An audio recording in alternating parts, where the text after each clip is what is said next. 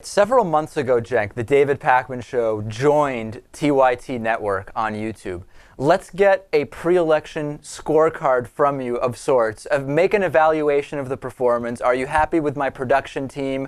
Are you happy with what's going on? I mean, give me a sense of what's happening here.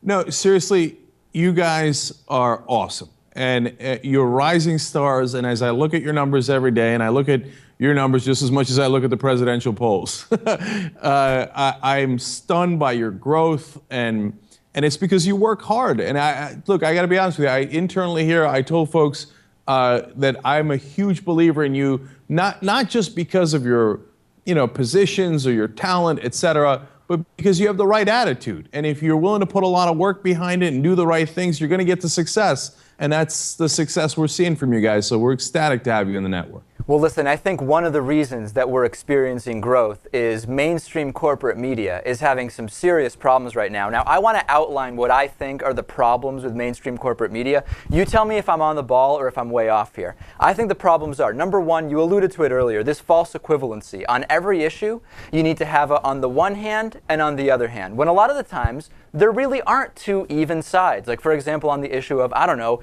gay marriage or women's right to choose or whatever it may be. Number two, lack of distinction between analysis and reporting. And I see this because people send me emails saying, I'm more biased than Fox News. And I don't respond, but I want to respond and say, do you realize that what you're seeing from me as more biased opinion journalism, you're comparing to what is supposedly reporting? And number three, the narrow scope of stories that you see, which are really biased towards a corporate bias or a bias to whoever's in power. That's my three-pronged analysis. You tell me how you see that. I think that's absolutely right. As I look at this presidential race, I'm getting a sense of Iraq all over again. Now, why do I say that?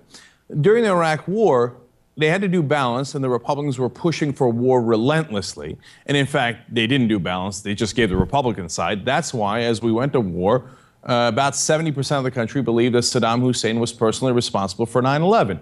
Now, that's a grotesque failure of the media.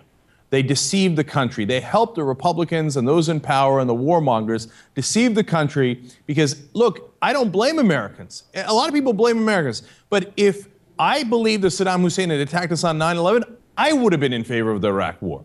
But they got lied to, and the media was part and parcel of that. Now, as I look at this presidential election and I look at Mitt Romney's record, I get that same sense again. And people are, of course, being, in this media climate, say, how can you say that? You can't say that one side is wrong and one side is right. No, but I can because it's based on the facts, not my opinion. So, for example, Mitt Romney says that President Obama doubled the deficit. Well, that's just a lie. It's a lie. There's no ands, ifs, or buts about it. It's not a provocation. He's not misleading. It's a lie.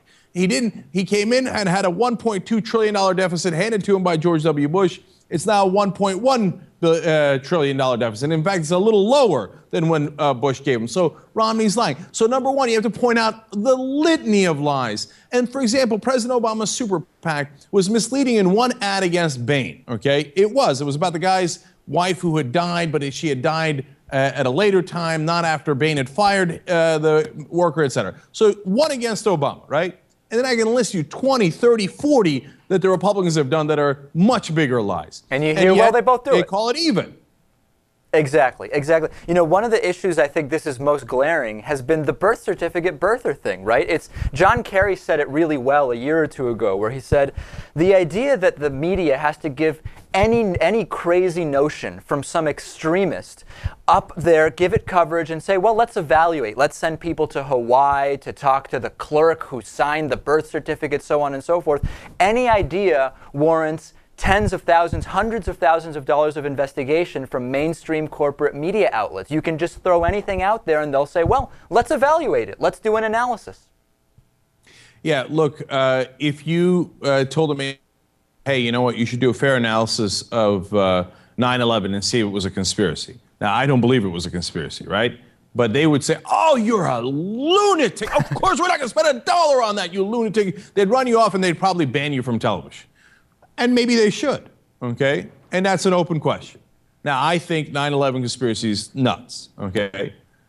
Now, when you have the birther conspiracy, well, they're like, okay, let's have a debate about it. Okay, let's send people down to Hawaii. Let's do this. Let's do that. Now, in the end, to be fair to the media, that's one of the rare times that they even bother to say, hey, you know what? Actually, President Obama was born in the United States. Most of the time on other issues, they won't even bother doing that. Right. But the very fact that they're having that debate on TV, which they would never have in regards to the 9/11 conspiracy, shows you that, hey, you know what? If the Republicans say this and the Democrats say that, we're going to give it a fair airing, even if it's not a fair issue. And by the way, AP poll just out, 18% of Americans still believe President Obama is Muslim, and 35% have no idea what his religion is. And where does it come from? It comes from a percolating debate that they see on TV. And as soon as they see a debate, a lot of Americans just call it 50-50. I don't know, was he born here? Is he Muslim? Is he Christian? I don't know. A lot of questions, yeah. Okay, last thing, Cenk. After the election, I'm getting questions from people. What will happen to shows like the Young Turks, David Pakman Show, Sam Cedar, etc., if President Obama wins? And what will happen if Mitt Romney wins? On the one hand, many people say, you know, I want President Obama to be reelected, but wouldn't it be better for shows like yours if Mitt Romney actually wins? And then I hear from people, as we talked about before, who say, well, if President Obama wins, then maybe shows like yours can actually take the lead in pushing a real progressive agenda. What's your contingency plan if either scenario happens? I have none. Okay, good. Okay, and I'll tell you why. David, I've been through this already, and we've been doing this show for over 10 years now, radio, online, TV, etc., right? And I remember after every election, or before the elections are over, everybody panics. Oh my God, you guys are a political show. What's going to happen after the elections? Well, after the 2004 elections, our show got much stronger between 2004 and 2008. You say, oh, well, you see that? You did better under a Republican president, George Bush. Well, after President Obama was elected and they said, oh, well, the elections are over and you have a Democratic president, obviously your show's not going to do as well, we exploded in growth. So it has absolutely nothing to do with who's in power. It has to do whether you do a good show, an honest show that offers an alternative to the mainstream media where people go and go, oh, I get it. These guys are talking about reality. Here's what never goes away, David, the news. And that's what we're in the business of. And so we're never going to go out of business. All right. Positive words from Cenk Uygur. We've been speaking with Cenk Uygur, host of The Young Turks. Check it out at theyoungturks.com. Also on Current TV. Cenk, great as always to talk to you. Thank you so much, David. Really appreciate it.